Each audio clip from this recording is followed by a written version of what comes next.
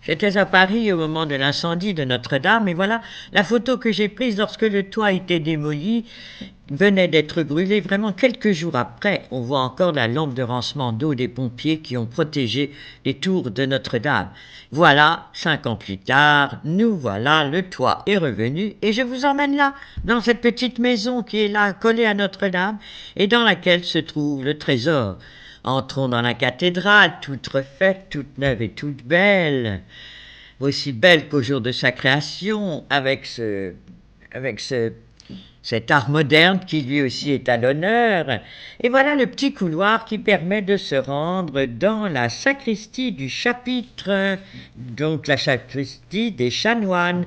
Cette petite maison a été construite par Viollet-le-Duc entre 1840 et 1845.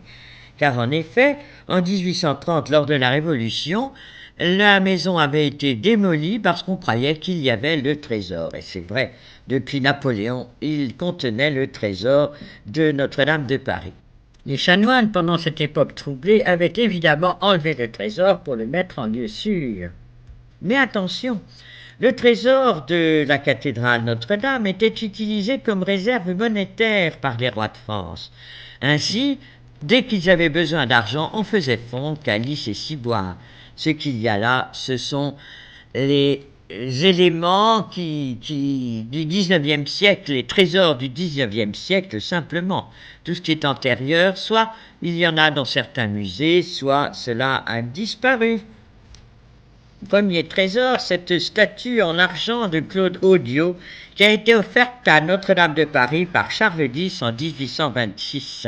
Elle est taille nature et vous voyez tous ces détails qui montrent l'habileté de ce fameux argentier Audiot.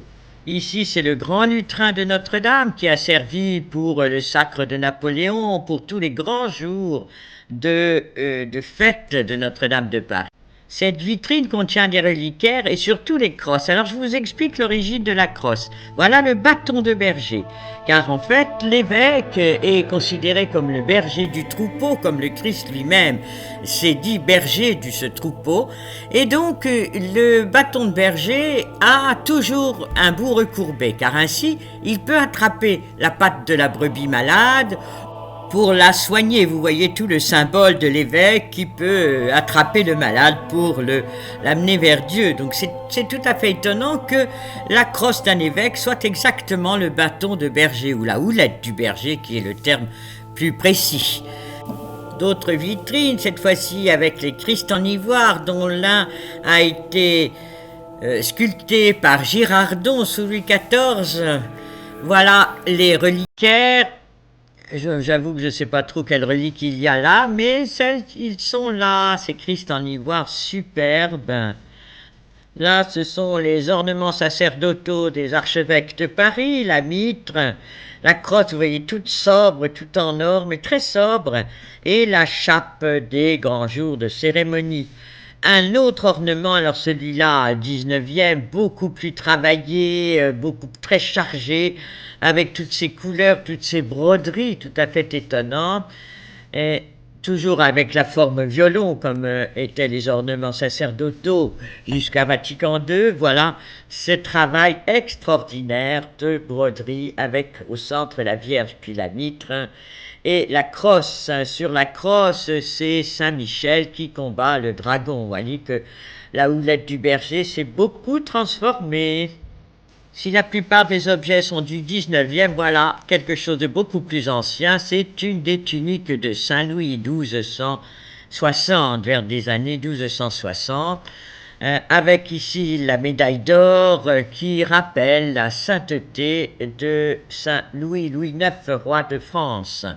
Dans ce reliquaire aussi de Saint Louis, il y a un fragment de la mâchoire et une côte. Les ostensoirs, dont l'un a été offert par Napoléon III, enfin plutôt par l'impératrice Eugénie, pour remercier Notre-Dame de lui avoir donné un fils. Et voilà, en remerciement, elle fit créer cet ostensoir avec pierres précieuses et doré, car il est en argent doré. Un autre ostensoir avec le ciboire. À gauche, là voilà, ce ciboire. Et l'ostensoir avec ses pierres précieuses et ses émaux. Toujours 19e, voilà. L'aiguière et la coupe, une autre relique, cette fois-ci c'est un clou de la croix du Christ, là encore 19e, là un morceau de la croix du Christ était dedans, pour l'instant il n'y est plus, et voilà ce très célèbre reliquaire de la Sainte Couronne. C'est le deuxième reliquaire de la Sainte Couronne, il mesure 88 cm de haut, 49 de diamètre, il était destiné à recevoir la Sainte Couronne. C'est en 1862 que l'orfèvre Placide Poussielgue a réalisé ce magnifique reliquaire. Il est en bronze, argent doré, pierres précieuses et il a été offert par Napoléon III à la cathédrale Notre-Dame de Paris. Là à gauche, vous voyez le reliquaire, le troisième reliquaire de la Sainte Couronne qui a été réalisé en cristal en 1896. C'était le dernier, maintenant l'actuel, vous l'avez vu dans Notre-Dame de Paris, il est tout à fait d'un autre style. En tout cas, cette Sainte Couronne d'épines avait été achetée par Saint Louis, Louis IX, roi de France, à Baudouin II de Courtenay, empereur de Constantinople. Il avait été acheté une fortune et elle a été vénérée à la Sainte-Chapelle, puis transportée à Notre-Dame de Paris. Donc je vous souhaite d'aller vous aussi vénérer cette sainte relique. Quittons Notre-Dame de Paris, et là encore une curiosité tout à fait inattendue. Il s'agit de l'arbre le plus vieux de Paris, ça s'appelle un robinier. Il vient des États-Unis d'Amérique du Nord, planté en 1601 par Jean Robin, d'où son nom robinier.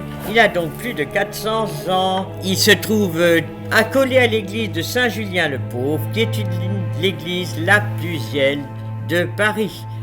À bientôt, au revoir.